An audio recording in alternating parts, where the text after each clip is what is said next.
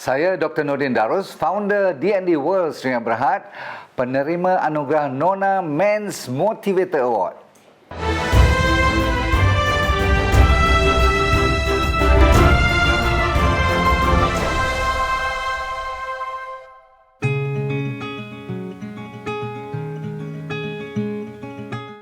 Dia bermula pada 2001. Saya diduga dengan kanser of the blood. Mungkin ramai yang tak tahu kanser of the blood ni dia boleh kat mana-mana pun. Tapi limfoma dia sebenarnya kena kat gelenjar. So gelenjar pun boleh kat mana-mana kan. Dipendekkan cerita, dah kena kemo dan sebagainya. Kat situ saya belajar tentang konsep air. Jadi water therapy, 5 tahun kemudian dah lega semua tu. Rupa-rupanya Tuhan nak menduga lagi sekali. Masuk tahun yang ke-12, 5 tahun tu saya dah clear. Doktor mesti kata you are free from cancer for 5 years, you are considered cured. Tapi lepas 12 tahun dia jadi lupa diri lah kan, maklum. Dia kena relapse. Tahu relapse tak? Dia kena lagi sekali. Di kat situlah memungkinkan saya tukar daripada western medicine sahaja. Saya tak kata jangan tak mau langsung western medicine, tak boleh kita nyahkan terus kita pakai, tetapi kombinasi dengan eastern medicine ataupun perubatan alami, natural, dengan makanan, buahan, dengan semayang dan sebagainya, rupanya boleh.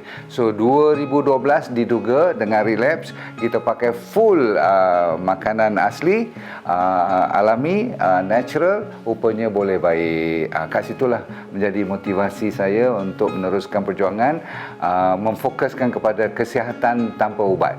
Dengar tu, kesihatan tanpa ubat. Tapi kalau perlu makan jugalah.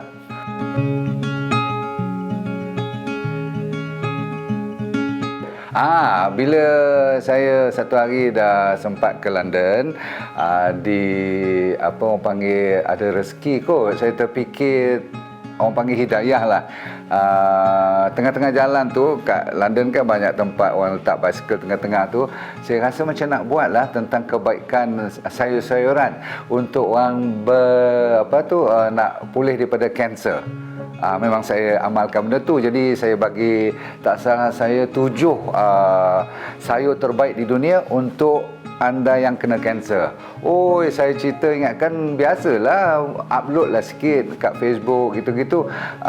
Mula-mula tengok 5,000, lepas tu 15,000. Kawan kata dia dah mula viral. First keluar je dah 50,000. Saya kata mungkin saya boleh mengajar lagi lah. So daripada situlah saya teruskan perjuangan untuk menceritakan apa saja manfaat yang tidak berkaitan dengan western medicine, sebab dah ramai pandai western medicine, tapi tak ramai faham tentang boleh makan nasi tak, boleh makan buah tak kalau diabetes. Isu-isu macam ni, Masya Allah. Dan ramai orang tengah stres sekarang. Jadi saya ambil peluang untuk setahun pertama tu fokus kepada masalah yang serius.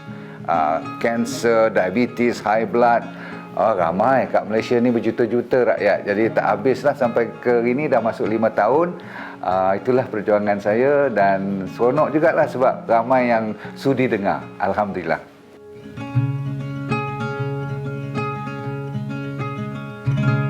Lowest point senang je. Selalu saya teringat balik waktu dengar ramai orang akan melalui proses ni tapi dia terlupa, iaitu menunggu keputusan doktor setelah biopsi. Faham tak? Kalau kita kena breast cancer for instance, atau prostate untuk lelaki, bila doktor dah ambil biopsi tu, nak sign surat biopsi tu pun setengah orang bergaduh-gaduh, ada satu family. Tapi bila dah ambil tu, dia kata, okey encik balik dulu kat rumah, encik tunggu saya seminggu.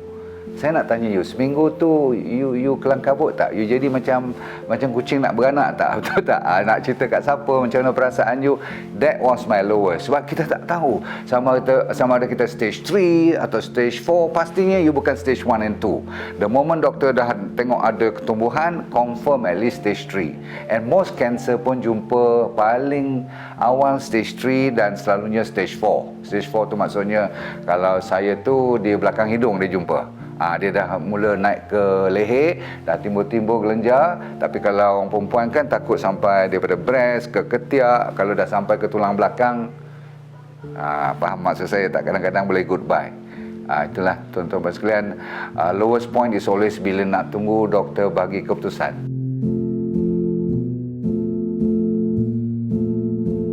Bagi saya mungkin dari kecil lagi suka mencerita ataupun berkawan dengan orang ataupun jadi inilah macam pengakap semua tu kan, kita orang kata gila-gila sikit. Jadi saya fikir-fikir balik, kenapa Tuhan jadikan kita macam tu? Semua dah diatur. Kenapa you jadi pengakap, lepas tu jadi head prefect sekejap, lepas tu rupa-rupanya untuk menjadi mungkin pemimpin kecil. Maksudnya kita boleh cerita kat orang tu dia macam memimpin kan, bukan pemimpin nak gah apa-apa. Dia bila kita dapat feedback, yang penting yang menjadikan saya sanggup keluar setiap malam tu apabila kita dapat feedback. Satu feedback yang positif, orang suka dengar. Kita manusia fitrahnya, kalau orang suka, kita suka. Tak payah kita nak selindung. Dulu mula-mula mungkin nak jadi popular, tetapi populariti itu bukan menjadi isu utama lagi dah. Sebab apa? Apabila saya dapat tahu ramai yang pulih, maksud saya dengan arti kata dia improve. Kalaupun tak boleh, daripada tak boleh jalan, dia boleh jalan. Daripada tak boleh kurus, daripada tak ada harapan, ada harapan. Kat situlah sebenarnya menjadi tahun kedua saya bersungguh-sungguh kata okey, kalau inilah yang Tuhan bagi kat aku, kenapa ramai orang suka dengar ni, sebenarnya ada tujuan. Tujuan resmi saya ialah untuk seramai mungkin dapat ilmu, bak kata orang putih, empowerment, diperkasakan, diberi kuasa untuk manusia sendiri, anda sendiri yang orang kata pepegang teraju untuk membetulkan keadaan. Sebenarnya kalau ada ilmu, you cuma betulkan apa yang body nak aja. Faham tak? Contoh, kalau kita tak ada ilmu, kita makan nasi je hari, makan benda donat, makan fast food je hari. Kalau tak ada ilmu, yang benda tu sebenarnya racun pertama sekali. Kenapa penyakit diabetes, high blood, kolesterol naik, termasuk kanser pun, maka kita hari-hari duk makanlah juga kan. Tapi cara penyampaian tu saya rasa orang-orang kampung lebih suka tidak menggunakan jargon ataupun perkataan-perkataan yang terlalu saintifik. Jadi kalau you dengar saya merepek kadang-kadang atau celoteh, itu ada bertujuan. Sebab saya tak percaya yang you akan faham kalau saya kata pain gateway. Tahu pain gateway? Relax je, sebab itu satu lagi penggunaan perkataan yang simple. Saya mengharapkan doktor-doktor lain pun, bila saya buat ni bukan untuk saya lagi dah, sebab di peringkat umur macam ni, saya orang panggil kesempitan waktu. Jadi kalau Puan Lin tanya saya, kenapa hari-hari ni buat? Sebab saya rasa macam dah tak cukup masa. Bahkan kalau you tengok sekarang, saya buat 2 kali sehari. Pukul 7 pagi sengaja saya keluarkan dengan anda untuk bangun tengok matahari pagi, sunrise. It's called D&D sunrise sebab ramai orang lupa sesimpel tengok matahari saja boleh menenangkan jiwa. Itu satu motivasi yang berbentuk amalan. Sebab terlalu banyak berteori tak guna juga. Saya ulang, terlalu banyak orang cakap tapi tak buat. Contoh, kalau saya mengajar you all bernafas saja, itu merupakan motivasi untuk mengenal Allah.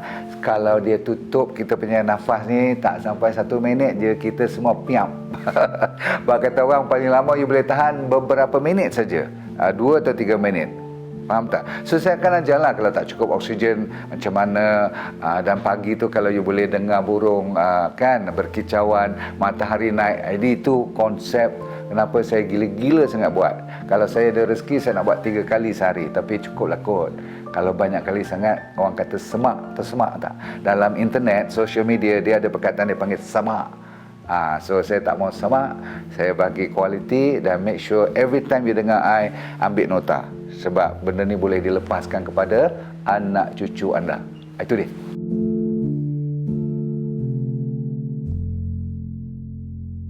Ada beberapa, tapi dia bertukar wajah dari waktu ke waktu. Contoh, Tun Mahathir sendiri, Perdana Menteri kita, tolak ke tepi masalah isu politik semua. Saya tak nak masuk campur, tapi dari segi dia punya firm, dia tegas dan dia buat keputusan macam doktor. Kebetulan saya pun doktor. Itu satu. Mandela, nombor 2. Siapa nama yang Mother Teresa. Yes, you bukan cuma memilih orang dari segi apa dia buat, tapi kata-kata dia tu, ayat-ayat yang dia pakai tu, you kena simpan. Sehingga kan sekarang saya ada mantra sendiri, iaitu contoh kalau anda pula nak ikut saya sikit-sikit lah, bukanlah saya nak jadi guru you apa-apa, tapi kalau sebagai mentor bagus juga. Sebab apa? Ramai orang tak ada mantra atau mantra ayat yang dihafal macam zikir, tetapi untuk you kalau jatuh you boleh naik balik. Saya pakai perkataan let go and feel good. Saya ulang lagi sekali, let go and feel good. Sebab dua-dua perkataan ni kalau you kupaskan dia, you tak akan sedih. Sebab ramai orang sebenarnya tak boleh let go. Ada tak yang tengah melihat ni atau dengar-dengar ni Lin pun kan, ada tak benda yang kita masih simpan? Kan ada kan, tengok ni anak-anak muda pun dah simpan. Bayangkan dah umur 70, duk simpan lagi cerita yang umur 17. Asyik duk cerita budak tu je tinggalkan kau. Aku tak suka sangat orang yang ada misai. Pasal apa? Rupanya boyfriend pertama dia ada misai.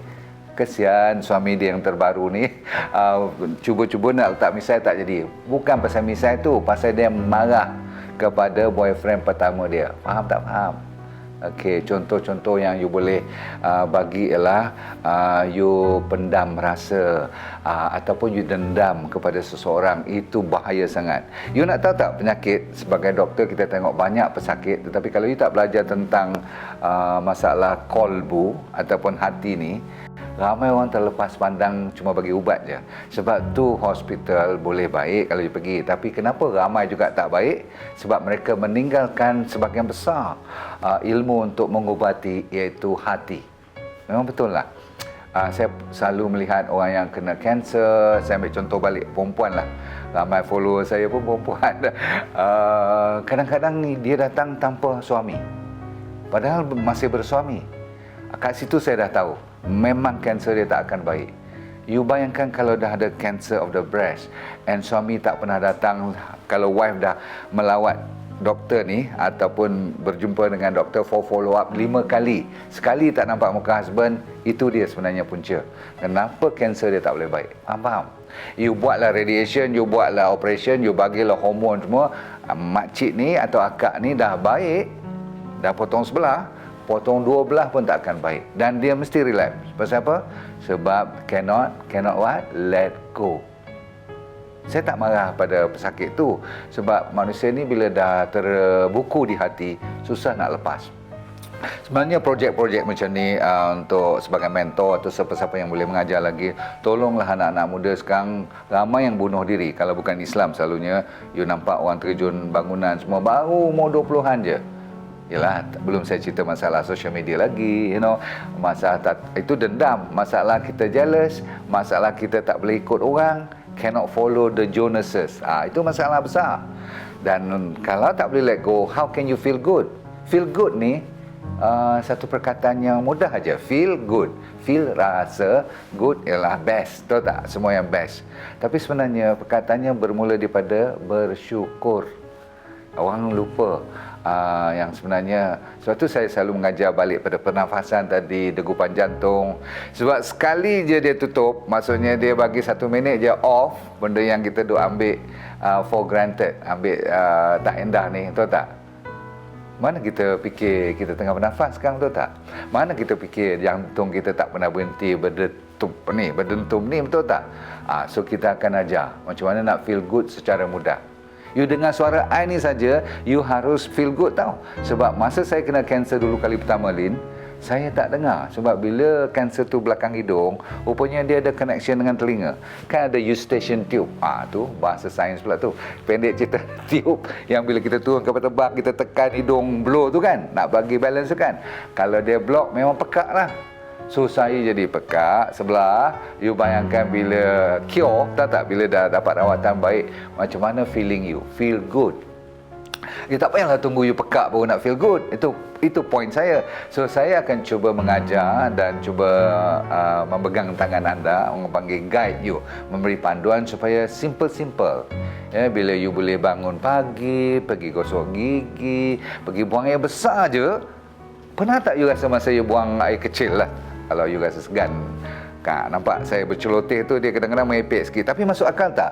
Kalau you tak boleh kencing pagi tu, kau bayangkan, ni pagi ni, kau orang semua boleh, dah mulalah.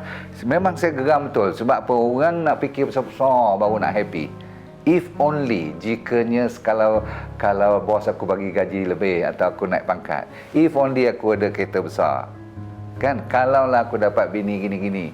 Padahal tuan-tuan dan puan sekalian, yang ada tu pun kalau you pandai seada apanya.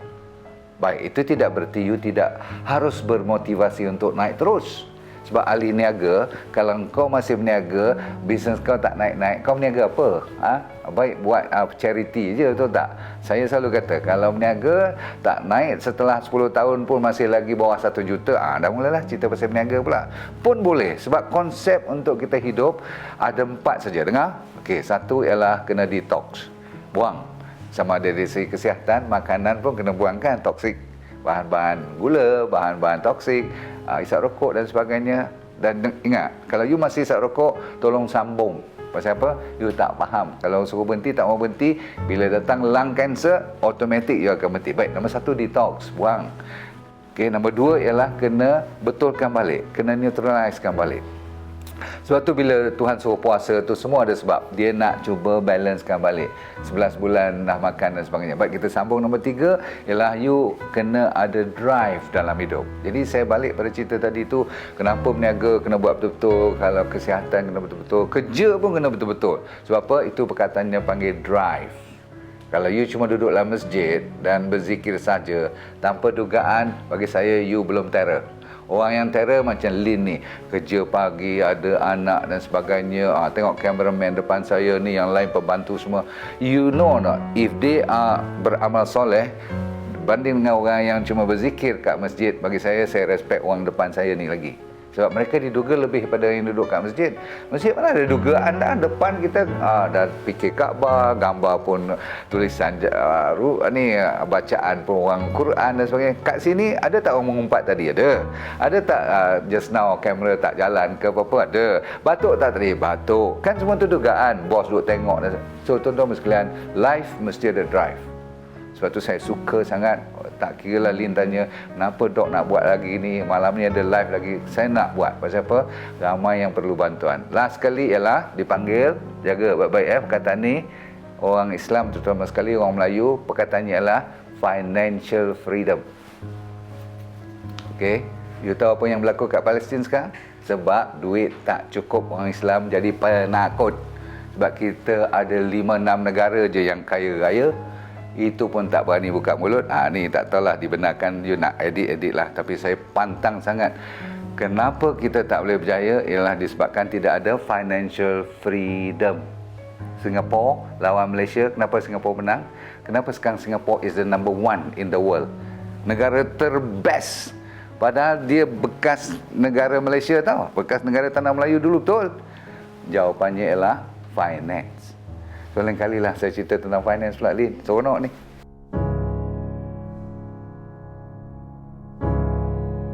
Soalan beribu juta sebenarnya. Sebab apa? Kita kena ada plan yang berjarak dekat, medium dan jauh. Saya ulang lagi sekali. Immediate, middle and distant. Kalau tidak nanti dia jadi orang panggil hidup tak tahu dah mati. Bila sampai kat pintu syurga atau pintu neraka nanti, tiba-tiba mana satu rupanya sebenarnya dah boleh plan semua tu sekarang.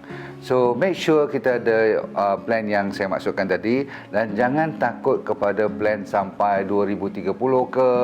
Bagi saya dah ada 2030, sebab saya rasa masa tu kalau Tuhan panjangkan umur, alhamdulillah. Kalau tak pun saya dah siapkan. Yang penting ialah take over. Kalau setiap orang tu, kalau you dengar perkataan take over tu macam bunyi bisnes kan. Tapi sebenarnya dalam hidup pun boleh take over. Contoh, anda yang dengar kat sini yang tidak ada bisnes, tapi ada anak tak? Kan ada cucu tak? Ataupun kalau tak ada pun tak apa, ada tak kawan atau adik-beradik? Maka, kalau you nak take over, apa benda you nak take over? Kalau you tak ada apa yang nak take over, itu yang bahayanya. So ramai kita, kalau nak bagi kat orang, nak bagi apa? Maka you tak terlambat sebenarnya untuk mengumpul balik ilmu. Sebab tu dalam 4 tahun lepas, siapa yang ikut program saya, Mungkin dia dah ada 500 video ataupun sekurang-kurangnya 500 idea, sebab setiap satu video sesuatu topik yang insyaAllah saya bayangkan dia terbaik dan menarik, sebab I want to give you the best. So kita kumpulkan. Okay, you katakan cuma boleh pegang 100 yang you dah amalkan. Saya ulang, 500 you dengar tapi nak kalau you boleh amal kali 100 pun dah dahsyat. Katakan you amalkan cuma 10-20 yang betul-betul. Contoh saya bagi diet. D&D diet merupakan satu protokol. Tahu protokol tak? Dia ada dia punya time, pukul berapa makan apa, berapa gram dan sebagainya. Kalau tak ada ni alternatif apa, kita bagi supaya orang betul-betul clear. Dan dia dah cuba buat berbulan-bulan, dia improve. Bila improve, you punya keyakinan, kepercayaan tu boleh ditinggalkan. Sebab kalau you cuma dengar dan you tak buat, dia akan lupa. Kalau tak percaya, saya tanya balik. You ingat tak? You makan apa pagi semalam? Kan? Kita pagi semalam pun tak ingat. Bahkan kalau yang saya dah buat 2 tahun lepas. Jadi isunya ialah simpan video-video saya. Ini contoh video ilmu yang Lin tanya tadi, apa yang you boleh tinggalkan. Ini dah boleh tinggalkan. Okey, ilmu lah sebenarnya yang paling dahsyat. Sebab tu Rasulullah SAW sendiri pernah bersabda, orang yang paling baik di dunia ialah orang yang boleh memanfaatkan orang lain. Sama ada melalui ilmu ataupun melalui kita punya donation, sedekah, ataupun kudrat kita bertenaga, kita bantu dia, dia berterima kasih, atau yang paling busuk pun, atau orang yang paling kecil, doa pun boleh kan. Tetapi dengar, nak legacy ni lah sebenarnya you kena siapkan. Saya memang insyaAllah ada satu dipanggil ilmu yang saya share dengan you all. Bukan saya punya pun, Tuhan bagi hidayah, kita sampaikan. Bagi lagi hidayah, sampaikan. Hidayah ni jangan main tau. Setengah orang memang buku bertimbun-timbun tapi tak ada hidayah nak buka. Ataupun Google, beribu research work. But if you're not terbuka hati, itu dipanggil hidayah, maka tak ada simpanan. Okey, bukalah minda anda, cari hidayah betul-betul, minta Allah bagi buka hati you untuk belajar. Okey, satu. So pelajaran always tak akan gagalkan you. Sekecil-kecil you pandai berkebun, silakan. Pandai memasak, silakan. Kalau saya tak pandai A, you pandai B. B itulah ditinggalkan. So setiap ibu dan bapa, make sure anak dan cucu you paling koman orang kata tentang solat. You jangan main. Ramai orang dia solat pun tak complete lagi, umur dah 40 siap kau. Jadi legacy, kalau kita dah berumur 60-70, tengok balik anak kita dulu. Jangan nak fikir sendirian berhad, nak di take over. Itu cantik lah. Kalau orang dah siap, siapa pun boleh buat kan. Baik, itu satu cerita. Balik pada cerita legacy lain, apa lagi you ada? Kalau macam saya, insyaAllah bisnes yang saya cuba betulkan dari konsep heal without pill. Saya ulang lagi sekali, heal without pill. Sembuh tanpa ubat. Bukan berarti kalau demam tak makan Panadol, makan. Kalau sakit makan ubat sakit. Kalau kena patah kaki, operate, yes. Tetapi kalau boleh, kita menggunakan sistem yang paling natural, ya, alami. So yang tu yang saya nak tinggal yang kedua. Itu konsep yang berbentuk bisnes yang ada suplemen dan sebagainya, dan kita kena belajar organisasi dan sebagainya supaya anak buah kita boleh take over. Dan cuba you bayangkan, kalau you boleh membuka rezeki atau buka, orang panggil apa, orang boleh cari makan lah, maksudnya ada katakan 10 mulut yang you boleh feed, boleh bagi makan lah maksudnya kan. Lepas tu ada 20, saya nak sampai ratusan. Dan kalau setiap daripada anda yang dengar ni yang berkemampuan, fikir macam tu supaya ramai lagi yang boleh mendapat manfaat. You bayangkan bila you feed dia orang, bagi makan dia orang, bukan dia orang saja, betul tak? Anak dia orang, tak lama lagi kalau dia senior, you majukan dia orang. Inilah dia. Saya punya 2 fokus ialah 1 ilmu, nombor 2 bisnes, nombor 3 ialah motivasi berbentuk gaib. Tahu tak gaib? Gaib ni maksudnya kalau you feel dan you boleh, contoh, saya selalu kata yang paling orang lupa, kalau saya mengajar you jalan ke belakang, contoh. Takkan you terkejut? Jalan ke belakang, adalah merupakan satu ilmu yang contoh kalau you boleh feel kenapa doktor nak mengajar macam tu, mana dia dapat ni, sebab orang tak pernah mengajar you jalan ke belakang. Rupanya orang sakit lutut, kalau you mula jalan ke belakang, sakit you akan, kalau saya kata pulih tu mungkin overclaim pula, tapi takat improve confirm. Ni lutut, macam mana saya boleh tahu semua ni? Kena belajar lah. Dia gaib. Gaib maksudnya you tak nampak, tapi kalau you buat, you saja yang dapat keuntungan. So 3 ni cukup lah, Lin. Kalau saya boleh tinggalkan sebelum saya tutup mata, cukup.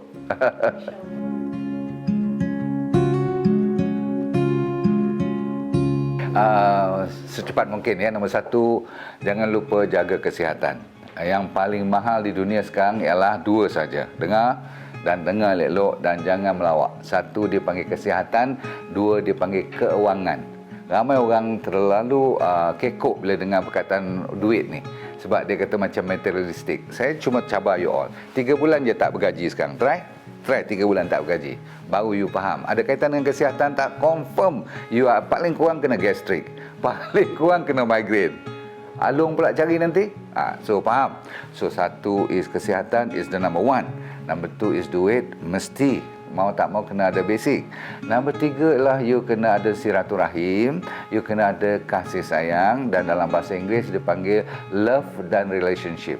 Sebab ramai dari sudut penyakit yang saya banyak buat rawatan, punca utama selepas dia kena katakan bakteria ke, kena real accident ke apa, kalau tak ada orang melawat langsung. Faham tu? Kalau dia selalu orang kata apa, seorang-seorang tinggal, dia lebih lambat nak baik. Nombor 3. Nombor 4, secepat mungkin saya cerita ialah you mesti ada, orang panggil apa, tujuan hidup. Ramai orang tak tahu kenapa dia dilahirkan kat dunia. You fikir-fikirkan, lain kali jemput saya cerita lagi. Waktu panjang tu, ramai orang tak tahu. Dah jadi CEO pun, bukan kata baru budak sekolah ni tak faham, tak apa. Aku dah mengajar sampai orang dah jadi jutawan. Tiba-tiba dia jadi jutawan, dia tak tahu pun kenapa. Ada seorang tu punya nakal, dia kata, tanyalah mak aku. Kau punya kurang ajar, aku kata. Taklah, kita melawak je. Maksudnya, why don't you understand why you are born on this earth? Ada sebabnya. Cari sampai dapat. Kalau tidak, ni yang jadi bergaduh ni. Benda kecil je bergaduh. Kasut tak pandai atur je kat rumah, mak dah kelang kabut cerita kat anak itu tak pandai jaga diri semua. Padahal pasal kasut je. Why? Because you tak tahu tujuan hidup you. Sambung cerita, iaitu you kena belajar, orang panggil apa, tenangkan jiwa. Ada teknik-teknik, ramai orang tak pandai. Saya pun belajar. Dan last 2 ialah bagi balik. Nombor 1, last 2 nombor 1 bagi balik. Kan saya kata di doa, paling kecil, kudrat. Kalau tak ada duit, kalau ada duit bagi duit, kalau tak ada duit bagi ilmu. Okey, tutup dengan perkataannya apa? Let go, feel good all the time. Ini ada tagline yang lebih mudah untuk orang Melayu faham. Saya suka nak bagi orang Melayu faham, sebab apa? Bangsa saya sendiri, saya bukan resis. Saya tidak peduli Chinese banyak mana kat Malaysia, India banyak mana, tak jadi hal, kita lawan. Tetapi dengan syarat, you kena belajar enjoy now. Orang Melayu suka kan perkataan enjoy kan? Enjoy now. Now enjoy tu, jangan salah tafsir, perkataannya ialah bersyukur lagi sekali. Kalau you tak kerti bersyukur, you tak boleh enjoy tau. Dan saya kata, ujungnya saya tutup. InsyaAllah, Lin, terima kasih kerana jemputan ni. Now. Pasal apa? Ramai orang besok lah, tunggu tahun depan lah, kan semua memprokrastinate. Maka saya sukalah kalau kita guna perkataan now. Sebab tu you tanya saya sekarang, saya rasa macam mana? Rasa syok aja. Sebab tu kalau you tengok orang yang bersemangat sebab dia tahu perkataan presence, now. Okay, bye.